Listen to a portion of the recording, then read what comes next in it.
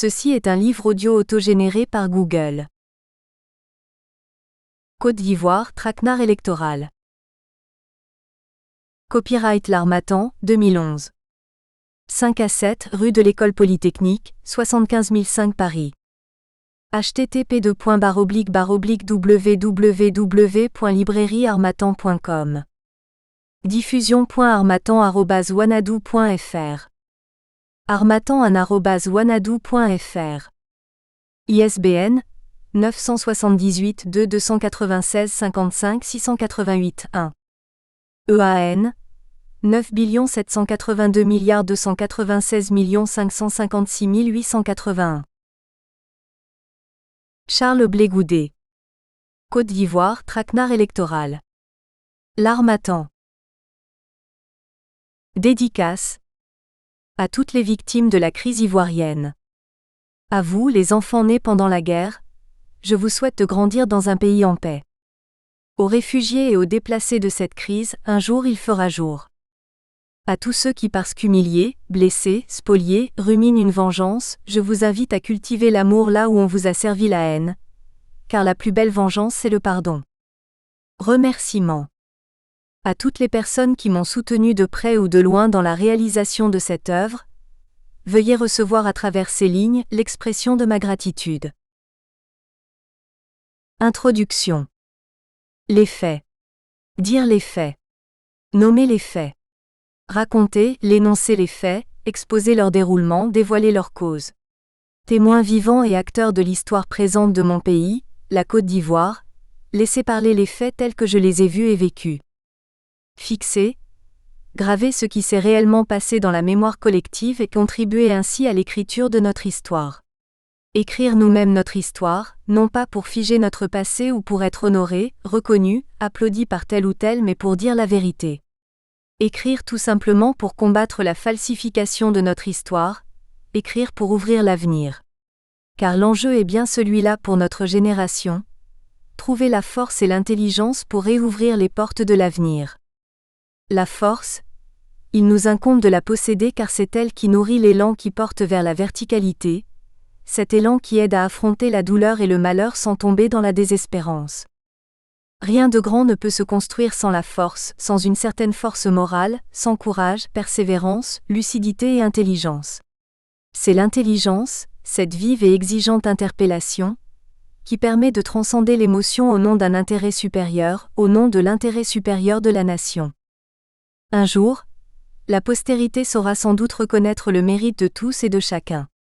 Ceux qui se seront levés pour défendre leur nation seront honorés, et ceux qui auront travaillé à sa ruine seront montrés du doigt. Que chacun d'entre nous, que chaque membre de notre génération ait donc l'audace d'assumer sa mission afin de ne pas léguer à sa descendance un patronyme synonyme de tragédie nationale. À mon niveau et en son temps, j'ai su assumer la principale mission que j'ai cru être la mienne. N'est-il pas dans l'obligation ? N'est-il pas du devoir de chaque citoyen de se lever et de défendre sa nation lorsque celle-ci est agressée ? En septembre 2002, lorsque mon pays fut l'objet d'une attaque armée, je vivais alors à Manchester. Sacrifiant ma bourse d'études et la fraîcheur occidentale, j'ai aussitôt fait le choix de rentrer dans mon pays pour répondre aux exigences de l'histoire, défendre ma terre. Et quand plus tard est venu le temps de la paix, j'ai sillonné la Côte d'Ivoire avec une caravane de la paix pour préparer les cœurs de mes compatriotes à accepter d'accueillir, dans la fraternité retrouvée, certains de nos frères qui avaient cru juste d'assassiner leur mère patrie pour quelque raison qu'ils sont les seuls à connaître. Nul ne saurait nier le rôle utile alors joué par cette caravane de la paix, dans le processus de réconciliation nationale. Mais parmi les contemporains, il faut bien compter hélas, avec l'ingratitude. J'ai reçu quelques injures, et j'ai néanmoins pardonné parce que les défis que nous devons relever sont immenses, nombreux. Que valent dès lors les blessures et les considérations personnelles ? L'intérêt supérieur de notre nation nous commande de fixer du regard l'avenir. Le passé est derrière nous. Faisons en sorte qu'il ne nous précède pas sur le chemin du futur. En refusant de murmurer, nous aurons ainsi fait preuve non pas d'un quelconque aveuglement face à la profondeur du mal subi mais de lucidité.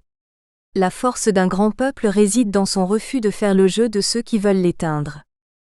Dans mon cœur trône la certitude de notre victoire commune. Je vois déjà la dignité de notre génération poindre à l'horizon. Cette génération qui fait chaque jour l'expérience de l'amère saveur de la liberté. Nous tendons nos mains vers l'autre, vers les autres. Mais si nous ne voulons point d'ennemis, nous refusons et nous n'accepterons jamais l'oppression. Car nul ne peut aspirer à vivre dans la servitude, nul être humain ne saurait aimer une vie d'esclave. La servitude n'est pas un destin. Nous avons toujours rejeté, et nous continuerons de récuser cette logique fondée sur la promotion des intérêts d'une nation au détriment de ceux des autres. Penser ainsi, ce n'est point agiter le torchon rouge de la contestation, mais tout simplement manifester le droit légitime et sacré de tout peuple à jouir de ses ressources minières et énergétiques, et ce, dans un rapport d'équité avec ses différents partenaires. Chers lecteurs, voilà évoquées quelques raisons qui fondent la réalisation de cette œuvre que tu t'apprêtes à parcourir. Bonne lecture. Charles Blé Goudet. Le processus de paix conduit par le président Laurent Gbagbo.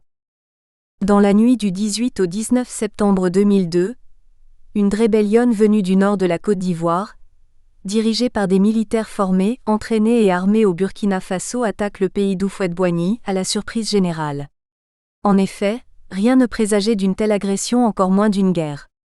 Quelques semaines plus tôt, un gouvernement d'union nationale n'avait-il pas été mis en place, et ce, conformément à l'accord de Yamoussoukro, signé entre les principaux acteurs de la vie politique ivoirienne, Robert Gueye, chef de l'État et chef de la junte militaire au pouvoir, 1999 à 2000, Laurent Gbagbo du Front populaire ivoirien, FPI, Laurent Dona Fologo du Parti démocratique de Côte d'Ivoire, PDCI, Alassane Ouattara du Rassemblement des Républicains RDR et Francis Wodi du Parti ivoirien des travailleurs, PIT. L'accord signé sous la supervision du président togolais, Fagne-Gnassingbé Eyadema, recommandait aux vainqueurs de la présidentielle d'octobre 2000 la formation d'un gouvernement d'union nationale. Ce qui sera fait le 5 août 2002. La nouvelle équipe gouvernementale dirigée par le Premier ministre Pascal Afine-Guessane et comprenant les représentants de tous les principaux partis, était donc en place et le pays semblait cheminer calmement vers une sortie définitive de crise. Puis il y eut ce coup de force du 19 septembre, survenu alors que le président Laurent Gbagbo était en visite officielle en Italie. La tentative de renversement du pouvoir élu sera finalement déjouée par les forces de défense et de sécurité, FDS. Les rebelles repoussés hors d'Abidjan vont ensuite se replier sur la ville de Bouaké. Et de Bouaké, la tentative de coup d'État avortée va se muer en rébellion et se métastaser comme un cancer dans le nord et l'ouest de la Côte d'Ivoire. Dès son retour d'Italie, le président Laurent Gbagbo, après avoir pris la mesure de la situation, décide d'entamer des négociations avec les forces rebelles. Un processus de règlement de la crise est engagé à Lomé, la capitale togolaise. Le processus n'ira malheureusement pas jusqu'à son terme. Alors que les négociations réunissant les représentants de l'État de la Côte d'Ivoire conduits par Augustin Laurent Dona Fologo, président du Conseil économique et social, et les rebelles dirigés par Guillaume Soro Kigbafori, sont en cours, le président sénégalais, Maître Abdoulaye Wade, annonce sur les ondes de RFI l'échec des pourparlers. Les premières discussions inter-ivoiriennes venaient d'être ainsi torpillées. Après Lomé, il y aura Marcoussis. Sur injonction de Jacques Chirac, le président français de l'époque, les partis politiques ivoiriens et les différents mouvements rebelles se retrouvent en effet en janvier 2003 à Marcoussis, une banlieue parisienne. Un délai de 10 jours est alors accordé par les maîtres des lieux aux différentes parties pour parvenir à un accord. Faute de quoi, est-il indiqué, personne ne sera autorisé à rentrer en Côte d'Ivoire. Présidée par le constitutionnaliste français, Pierre Mazeaud, la table ronde de Marcoussis va déboucher sur ce qu'on a appelé les accords de Lina Marcoussis, signés en l'absence de l'État de Côte d'Ivoire, non invité à la table des discussions. Ces accords conduiront à la formation d'un nouveau gouvernement dirigé par Sédou Elimane Diarra, nommé par Laurent Gbagbo à Paris sous la pression de Jacques Chirac. L'objectif de ces accords ? Dépouiller manifestement Laurent Gbagbo de tous ses attributs, et prolonger ainsi le coup de force du 19 septembre. Malgré leur caractère humiliant, le président Laurent Gbagbo, sans renoncer à ses convictions politiques et préférant le compromis à la guerre, va accepter de mettre en œuvre les engagements pris à Marcoussis afin de donner une chance à la paix. Dans sa volonté d'apaisement, Laurent Gbagbo ira jusqu'à voter une loi amnistiant les rebelles. Ces derniers refuseront néanmoins de respecter en retour leur part d'engagement, déposer les armes. La paix est une longue marche. Après Marcoussis, les Ivoiriens se retrouveront par la suite dans d'autres lieux pour d'autres pourparlers. Et c'est finalement au sommet de Pretoria placé sous la médiation du président sud-africain Thabo Mbeki, mandaté par l'Union africaine, que la majeure revendication de la rébellion sera finalement, clairement exprimée. Rendre éligibles les personnalités ivoiriennes, signataires des accords de l'INA Marcoussis exclus de la prochaine présidentielle car ne remplissant pas toutes les conditions d'éligibilité telles que définies par les lois ivoiriennes. Les noms de ces personnalités ? Henri Konan Bédié, président du PDCI, frappé par la limite d'âge, et Alassane Ouattara, président du RDR, recalé aux élections présidentielles précédentes pour une question de nationalité. Il est important de rappeler à toutes fins utiles que la candidature de M. Ouattara était sujette à polémique depuis 1995. Tout commence en décembre 1993, à la mort d'Houphouët-Boigny. Une bataille de succession s'engage alors entre Henri Konan Bédié, président de l'Assemblée nationale, et Alassane Dramane Ouattara, Premier ministre. Face au refus de Ouattara de céder le pouvoir à Bédié, conformément à l'article 11 de la Constitution alors en vigueur, les partisans de ce Bédié accusent Ouattara, qu'ils considèrent comme un étranger, de se mêler des affaires politiques de la Côte d'Ivoire. Dans son livre Interview Les chemins de ma vie, Henri Konan Bédié affirmera ceci. Alassane Dramane Ouattara était burkinabé par son père et il possédait toujours la nationalité du Burkina Faso. Il n'avait donc pas à se mêler de nos affaires de succession.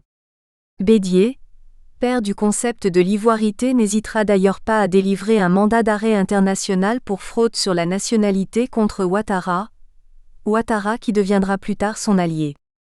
C'est donc considérant la constitution ivoirienne alors en cours dans son article 35 relatif aux conditions d'éligibilité, et brandissant des documents administratifs liant Alassane Dramane Ouattara à l'État du Burkina Faso, que le président de la Cour suprême, le juge Tia Koné, décidera de recaler la candidature de Ouattara lors des élections d'octobre 2000. Le rejet de cette candidature va susciter l'ire des partisans de Ouattara, prêts à tout pour s'opposer à une décision injuste et inadmissible à leurs yeux. Leur argumentation ? Monsieur Alassane Dramane Ouattara, dit Ado, a été gouverneur de la BCEAO au titre de la Côte d'Ivoire et Premier ministre de feu Félix Houphouët-Boigny, premier président de la Côte d'Ivoire. Il est donc tout simplement illogique de recaler sa candidature à la magistrature suprême pour cause d'ivoirité douteuse. Argument contesté et réfuté aussitôt par de nombreux Ivoiriens, et notamment par les partisans du président Henri Konan Bédié. La qualité de haut fonctionnaire d'un État ne pouvant, à leurs yeux, en aucun cas conférer automatiquement la qualité d'ivoirité. D'autant plus que les nominations aux hautes fonctions de l'État par feu Félix Houphouët-Boigny n'avaient jamais été subordonnées à l'obtention de la nationalité ivoirienne. Houphouët-Boigny, guidé par une certaine vision de l'intégration sous-régionale ayant toujours ouvert les portes de l'administration ivoirienne aux compétences et talents de la région. C'est ainsi que, par exemple, au cours des années 1980, il n'hésitera pas à faire appel dans ses différents gouvernements à des hauts cadres de la sous-région tels qu'Abdoulaye Sawadogo de nationalité burkinabé nommé ministre de l'Agriculture, Mohamed Diawara et Oumar Diarra de nationalité malienne qui se succéderont à la tête du ministère du Plan, Diko Garba de nationalité nigérienne désigné ministre de la Production animale, Amadou Thiam, gendre du bélier de Yamoussoukro, sénégalais de nationalité qui deviendra ministre de l'Information, Sidia Touré, guinéen de nationalité qui sera successivement directeur de la Caisse de péréquation et directeur de cabinet du Premier ministre, Alassane Ouattara. À signaler ici que le même Sidia Touré choisira, quelques années plus tard, de rentrer dans sa Guinée natale pour y occuper le poste de Premier ministre sous feu Lassana Conté, avant de se présenter par ailleurs aux élections présidentielles de 2010. Comme Sidia Touré, La plupart de toutes ces personnalités appelées hier à occuper de hautes fonctions en Côte d'Ivoire sont aujourd'hui retournées dans leurs pays respectifs. Car à partir des années 80, le président Houphouët créait le ministère de l'ivoirisation des cadres dirigé par feu le ministre Albert Vannier-Bitra, chargé d'intégrer dans l'administration publique les cadres ivoiriens fraîchement sortis des écoles de formation et ceux, en remplacement des cadres non ivoiriens. Pour Bédier et ses partisans donc, avoir exercé de hautes fonctions dans l'administration ivoirienne ne saurait conférer de facto, automatiquement, mécaniquement, la nationalité ivoirienne à quiconque et encore moins constituer une preuve irréfutable d'ivoirité. Or pour être éligible aux plus hautes fonctions de l'État, il faut, souligne-t-il, selon la Constitution alors en vigueur, être ivoirien né de père et de mère eux-mêmes ivoiriens d'origine. Nous espérons que vous avez apprécié cet aperçu. Pour continuer à écouter ce livre audio sur Google Play Livres, utilisez le lien dans la description de la vidéo.